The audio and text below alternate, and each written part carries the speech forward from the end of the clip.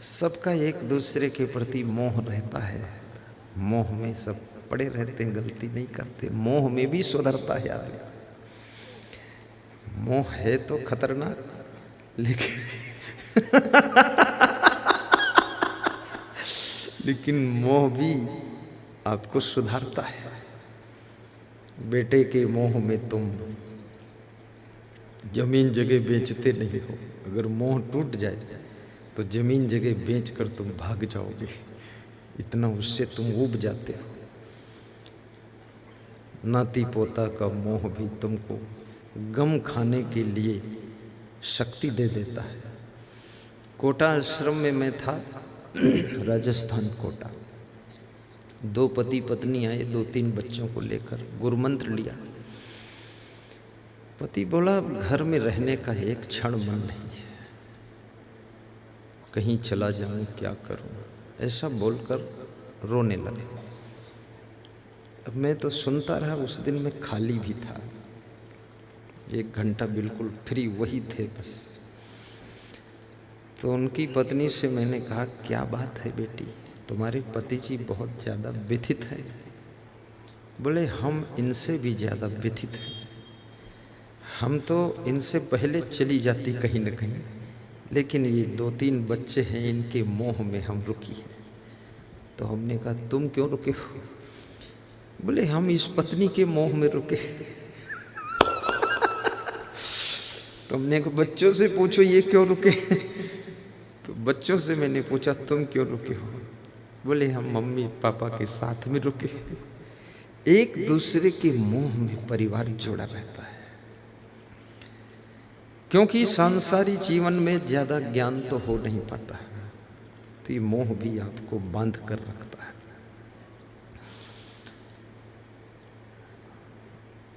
और जब ज्ञान हो जाता है, मोह का शुद्धिकरण हो जाता है, तो वही जिसे तुम मोह कहते थे वो फिर धीरे से प्रेम में बदल जाता है। तो आपके अंदर समझ आ जाती है। फिर आप 2-4-10 दिनों के लिए हंसते हंसते अपने घर को छोड़ देते हो और सत्संग में भी चले जाते हो। अगर आपका मोह शुद्धिकरण ना हो तो आप 2 दिन के लिए भी घर नहीं छोड़ पाओगे। ये जो 2 दिन के लिए, 5 दिन के लिए, 7 दिन के लिए घर छोड़कर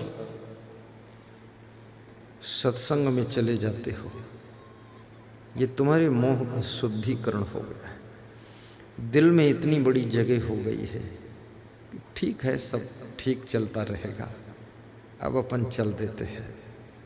और कभी कभी घर छोड़कर 2-5 दिन के लिए सत्संग में चले जाना चाहिए।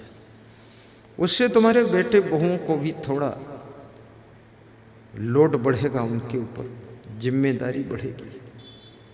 शाम को सोने से पहले मेन गेट बंद करने की भी फिक्र रहेगी।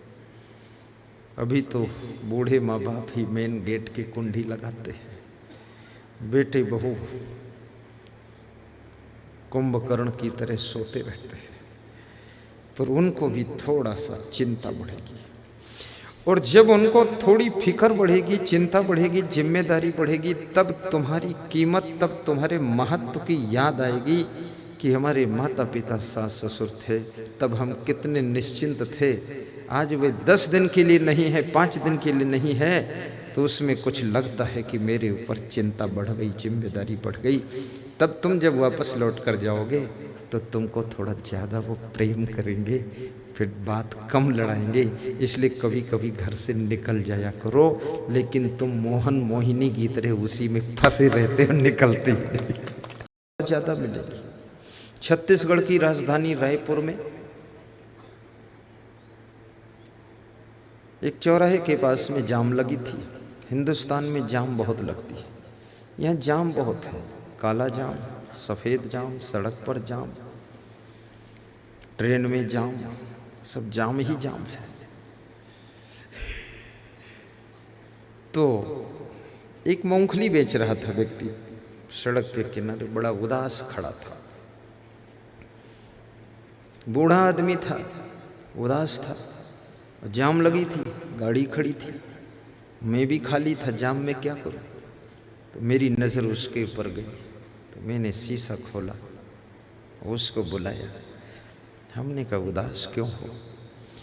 बोले आज कोई ग्राहक नहीं आए, शाम के 4 बज रहे, घर के लिए इंतजाम क्या होगा? तो मैंने अपने संत से कहा कि इसको 50 रुपया दे दो। 50 रुपया दिया। तो बोला कितनी मूंगफली दे दूं? मैंने कहा मूंगफली तो मैं चबाता ही नहीं हूँ और मूंगफली लेना भी नहीं। ये 50 रुपये इसलिए दिया हूँ कि घर में कुछ सब्जी ले जाना, चाय पी लेना, उदास न रहा करो, मुस्कराया करो, ग्राहक नहीं आया तो भी खुश खड़े हो जाओ। तो थोड़ा हंसने लगा, क्योंकि अगर 200 रुपये की मूंगफली बेचता तो 50 रुपये प्रॉफिट होता। अब बिना मूंगफली बेचे 50 रुपये मिल गए तो खुश भी हुआ। अब जो वो खुश हुआ तो मैं भी उसकी तरफ देखकर मुस्कुरा रहा था। और ज्यों ही वो खुश हुआ 5 मिनट में ही 5-6 ग्राहक आ गए। आधा किलो 1-1 किलो मूंगफली ले गए, उसका चना खरीद ले गए। तो हमने कहा देखो, खुश रहने से ग्राहक चुंबक की तरह खींच कर आ जाता है, इसलिए खुश रहा था। खुश रहने से तुम जिस कार्य को कर रहे हो उसमें सफलता मिलेगी। जो नेता खुश रहता है उसके साथ जनता ज़्यादा जुड़ती है, और जो साधु खुश रहता है उसके साथ श्रोता ज़्यादा जुड़ते हैं। ये बात को समझना तुम। खुश रहना एक चुंबक है, इसलिए राम हमेशा खुश रहते थे। वनवास गए हैं, केवट से नाव मांगते हैं, केवट नाव लाने के लिए मना कर देता है। तो राम जी मुस्कुरा कर बोलते हैं, कृपा सिंधु बोले मुस्काई, सोई कर जही तो नाव न चाहिए। हे केवट, वही कर जिससे तेरी नाव सुरक्षित रहे और मेरे को पार उतार दे। बेज्ञान जल पाई पखारू, होत विलम्ब होता रहो पारू। जल्दी से जल ले आइए, पैर पखार लीजिए, मुझे देर हो रही है, मुझे पार कर दीजिए। राम खुश रहते थे, इसलिए रीछ भालू बानर राम के साथ में सेना के रूप में जुड़ गए थे। बात को समझना। तुम भी खुश रहा करो। जिस घर की बहू खुश रहती है वो पूरा घर खुश हो जाएगा, और जिस घर की बहू चिमटा की तरह मुंह ऐंठती रहती है पूरा घर दुखी हो जाता है कि बहू है कि नागिन है, फुफकार रही है। इसलिए बहुओं को चाहिए कि बहुत खुश रहे। हंसते हंसते सासू के पैर छू लो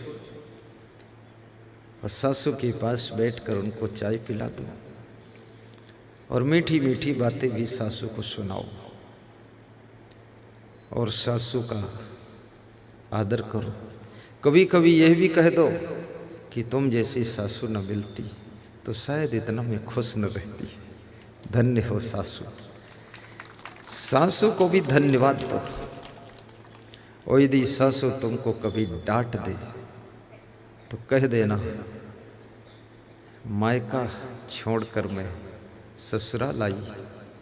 मायके में माँ डांटती थी कभी कभी, और ससुराल में सासू डांटती कभी कभी।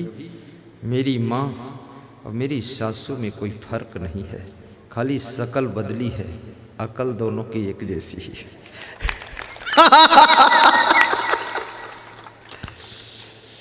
और तुम्हें कोई डांटने वाला मिल जाए तो तुम किस्मत वाले हो।